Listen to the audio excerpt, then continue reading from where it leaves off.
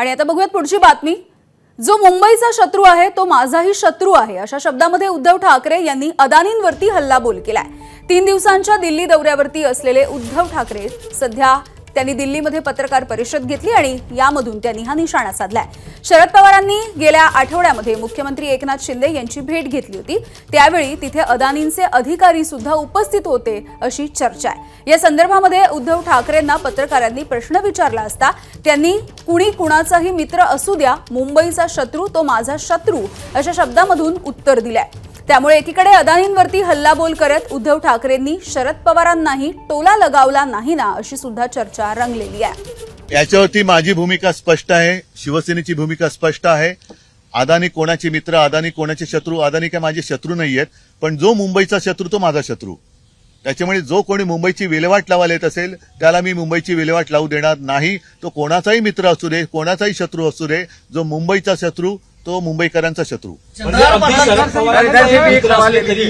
आणि मला नाही वाटत पवार साहेब सुद्धा मुंबईची वाट लावायला देतील।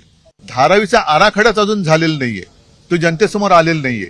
त्याच्यामुळे मला अशी भीती वाटते की तिथल्या धारावीकरांना हे मिठागरात फेकणार, दहिसर टोल नाका, मुलुंड टोल नाका, कुर्ला मदर डेअरी, अन्य 20 जागा, या 20 जागा या टेंडरमध्ये नव्हत्या आणि तशी कोणत्याही विकासकाला अशी मुभा देण्यात आलेली नाही आणि देता येणार नाही। तिथला टीडीआर काढला गेलाय, तो टीडीआर मुंबईवर वापरण्याची जबाबदारी अधिकार त्यांना देण्यात आलेले आहे। हे सर्वथा गैर आहे।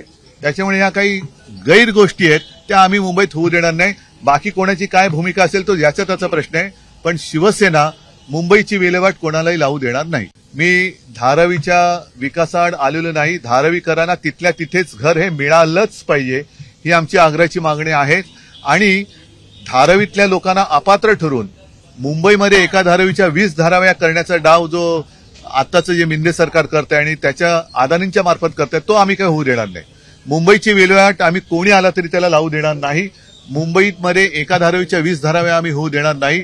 आणि एवढंच नव्हे तर धारावीकरांच्या घरामध्ये रोजगार आहेत, प्रत्येकाचे काही ना काहीतरी व्यवसाय आहेत, त्या व्यवसायाची सुद्धा एक सोय ही त्या योजनेमध्ये असायलाच पाहिजे। एबीपी माझा, उघडा डोळे बघा नीट।